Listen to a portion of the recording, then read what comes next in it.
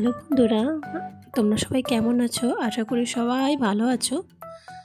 আমি এবার থেকে না বেশিরভাগই আমার মেয়েদের ভিডিও তোমাদের সামনে তুলে ধরবো, কারণ আমার নিজের যে ভিডিওগুলো আমি ডেইলি ব্লগ বানাতাম তার জন্য আমার টাইম হয়ে উঠছে না, কারণ মেয়ের পিছনে আমাকে অনেকটা সময় এখন দিতে হচ্ছে। তাই ছোটো ছোটো ভিডিও তোমাদের সঙ্গে আমি তুলে ধরবো। আজকে আমার মেয়ের সেকেন্ড এক্সাম ছিল, আর মেয়ের এক্সাম শেষ হওয়ার পর ওর ফ্রেন্ডের সঙ্গে সামনে একটা প্লেগ্রাউন্ড আছে, ওখানে খেলা করছিল স্কুলের সামনে। তার একটা ছোট্ট ভিডিও আমি তোমাদের সামনে তুলে ধরলাম।